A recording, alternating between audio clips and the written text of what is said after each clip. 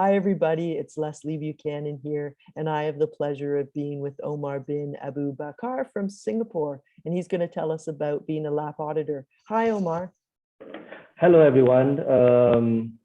Thank you very much, Ms. Leslie Buchanan, for doing this. So why you are seeing here, why you are seeing us today is we're going to discuss with you these key points from your checklist and officiating principles of the Chief Lab Auditor.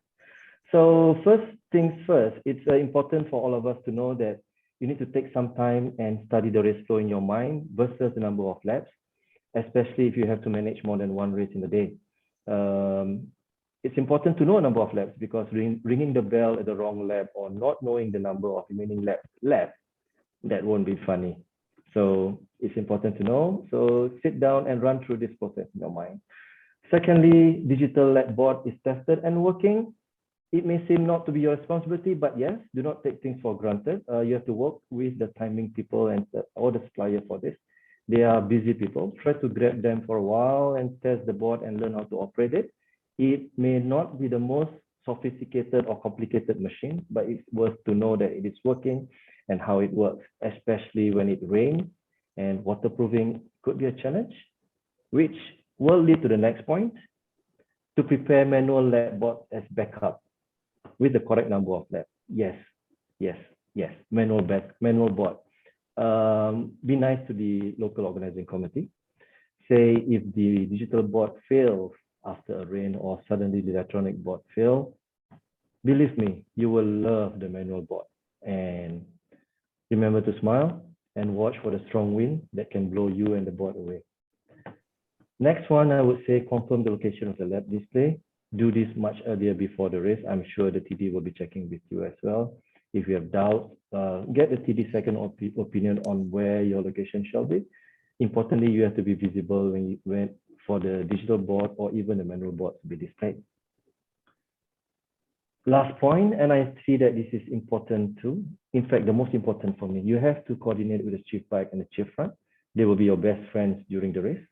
You will need to sit down with them before the race, way before the race, discussing their movements during the race and what spotting them on every lap means. Whenever you see the chief bike on the motorbike, what's his position? Usually he will be behind the last athlete, so you'll know the next lead athlete is coming in. And chief run will assign a TO on the run on the bicycle.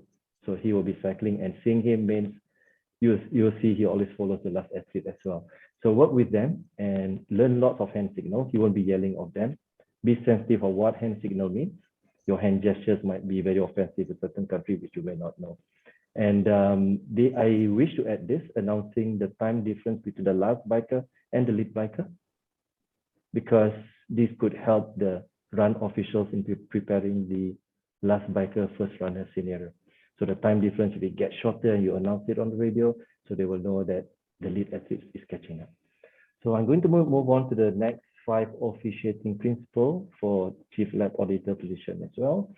I would say this won't be mentioned in the manual, but have a good rest, sleep well before the race, and you not only need to be fresh, but only physically and mentally ready to hold this position.